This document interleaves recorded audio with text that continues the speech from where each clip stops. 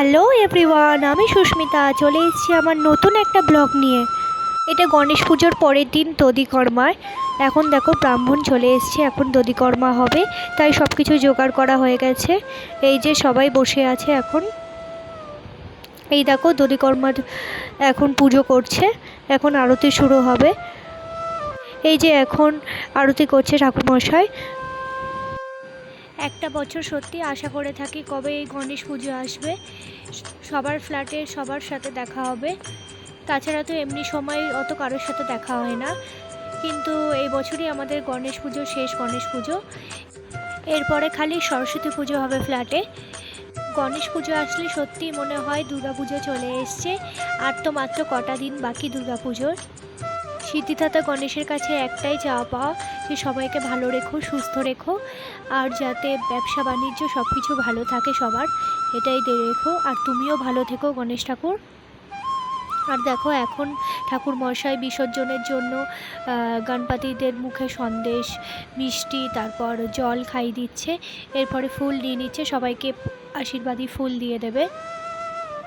দুর্গা ঠাকুর, গণেশ ঠাকুর, সরস্বতী ঠাকুর যাই হোক না কেন, যে যাই ঠাকুর বিসর্জন হোক, বিসর্জনের আগে কিন্তু মনটা সত্যি বিষাদে ভরে যায়, সত্যি চোখ থেকে জল বেরিয়ে আসে। আমাদের জীবনে আর কি চাই বলো? এইটুকু ছোট ছোট আনন্দ, এইটুকুই স্মৃতি আমাদের সাথে থাকবে, তাই না? তাই দেখো এখন সব পুজো কমপ্লিট হয়ে গেছে। এরপরে দেখো চিড়ে, খই, দই এইসব মাখা হচ্ছে, সবাইকে প্রসাদ দিয়ে দিচ্ছে কাকিমারা। এরপর ঘট বিসর্জন করতে যাচ্ছে ঠাকুরমশাই। ঘট এখন বিসর্জন দিয়ে আসছে, আর বিকালবেলা প্রতিমা বিসর্জন হবে। এরপর আমি একটু বাড়ি এসেছিলাম, বিকজ আমার জন্মদিন ছিল, তাই মা একটু পায়েস, তারপর 5 রকম ভাজা, ভাত, এইসব একটু করে দিয়েছিল, ইলিশ মাছ। এই দেখো তারপর খেয়ে দিয়ে বাড়ি চলে এসেছিলাম আমি, কারণ বিকালবেলা আমাদের ফ্ল্যাটে এই প্রতিমা বিসর্জন ছিল। এই দেখো সবাই বরণ করা হয়ে গেছে। এই যে সবাই এখন সিঁদুর মাখছে, সিঁদুর খেলছে। এরপরে দেখো আমার ভাইও এসেছিল আমার সাথে, এই যে কাকিমা এখন বরণ করছে। এই কাকিমা আমাদের 4 তলায় থাকে, খুব ভালো কাকিমা। আর দেখো এখন কি সুন্দর বরণ করে নিচ্ছে পান পাতা দিয়ে। এরপর পরপর অনেকেই ছিল, তারপর আমিও বরণ করে নেব। এখন দেখো এরা সিঁদুর খেলছে। এরপরে দেখো এই দিদিভাই আমাদের ফ্ল্যাটে নতুন এসছে, এই দিদিভাই এখন বরণ করছে। এরপর দেখো সবাই মিলে একটা ছবি তুলে রাখছে, যাতে পরে আবার দেখতে পাই। এখন দেখো আমি ভাইকে বলছি আমরা একটা ভিডিও করে দে। এই যে আমিও এখন গণপতিকে বিসর্জনের জন্য বরণ করছি।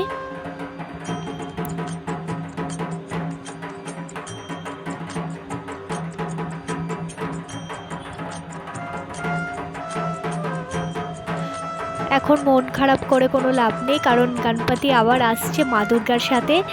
আর কিছুদিন পরই তো দুর্গা পুজো আসলে সত্যি মনটা ভালো হয়ে যায়। এই পাড়ায় পাড়ায় গান, মাইকে গান, পাড়ায় লাইট। তারপর আমাদের বাড়ির সামনে যেহেতু দুর্গা মন্দির, তাতে আমরা বাড়িতে কম দুর্গা মন্দিরেই বেশি থাকি। সত্যি সময়টা যে কখন পার হয়ে যায় বোঝাই যায় না। এরপর দেখো বিসর্জনের জন্য সবাই নিয়ে যাচ্ছে।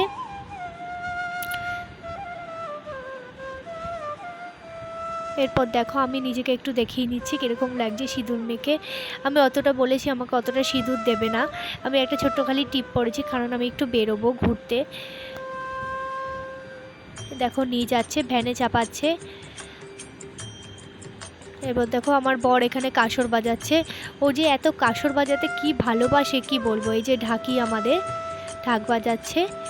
এরপরে বিসর্জন করতে নিয়ে যাবে, আমরা সবাই যাব। আমাদের যেহেতু সামনেই পুকুর, তাই আমরা সবাই যাব।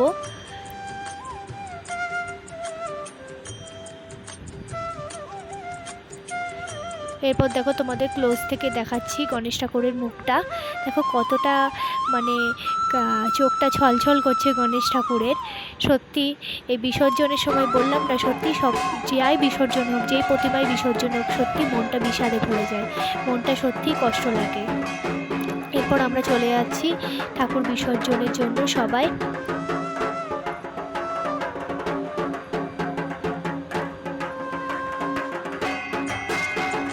এরপর দেখো আমরা পুকুরে চলে এসেছি। পুকুরে চলে এসে এখন প্রতিমা নামানো হবে।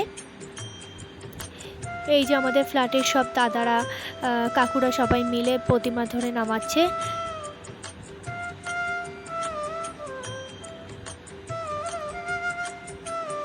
এরপর দেখো আস্তে আস্তে নামিয়েছে, এবার প্রতিমা বিসর্জন দেবে পুকুরে। এত স্লিপ পুকুরটা, তাই আস্তে আস্তে ধরে ধরে নামাচ্ছে, না হলে তো স্লিপ কেটে যাবে।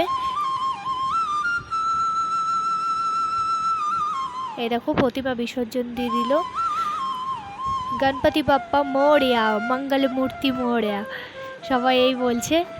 আসছে বছর আবার হবে, এটা তো আর কেউ বলবে না এবার, তাই এটাই বলছে। দেখো এরপরে আমরা চলে এসেছিলাম দুর্গা মন্দিরে, তখন শিবের আরতি হচ্ছিল।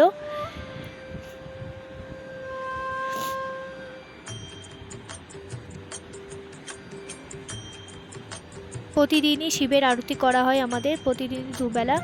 এরপর দেখো জায়গাটা কত ফাঁকা ফাঁকা লাগছে না। এরপর সবাইকে মিষ্টি বিতরণ করে দিচ্ছে, সবার জন্য মিষ্টি মুখ করাচ্ছে। এরপর আমরা একটু ঘুরতে বেরিয়েছিলাম।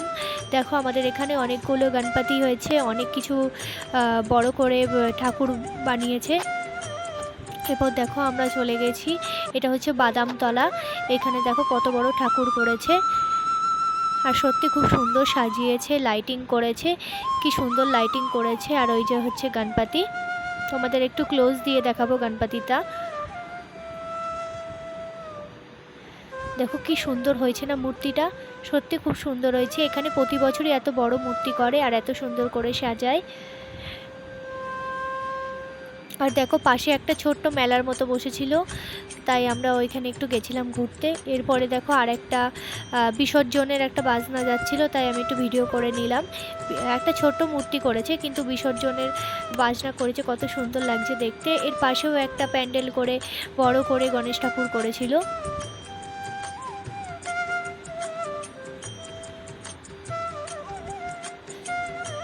সবাই দেখো কি সুন্দর বেরিয়েছে বাজনার পেছন পেছন। এরপর দেখো আমরা একটু লিট্টি খেতে চলে এসেছিলাম, যেখানে আগের দিন তোমাদের ব্লগে দেখিয়েছি যে দাদার লিট্টি সবথেকে বিখ্যাত আর দারুণ টেস্ট, সেই দাদার কাছে লিট্টি খেতে চলে এসেছিলাম। এই যে যেহেতু ভাই এসছে, ভাই আমি আর আমার বড় এসেছিলাম। এই যে আমরা লিট্টি নিয়ে নিচ্ছি। সত্যি এখানকার স্বাদ অসাধারণ, এরকম হয়তো বর্ধমানে কোথাও কেউ করতে পারবে না। এরপর দেখো কার্জন গেটেও একটা বড় করে পুজো করা হয়েছিল, কি সুন্দর লাগছে দেখতে, দারুণ ডেকোরেশন করেছিল। তোমাদের ডেকোরেশনটা একবার দেখাচ্ছি, ফুল দিয়ে কি সুন্দর ডেকোরেশন করেছে, আর গণপতির মূর্তিটাও খুব সুন্দর হয়েছে।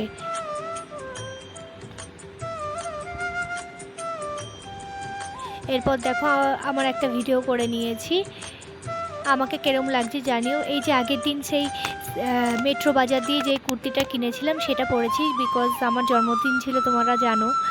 এই যে আমার ভাই।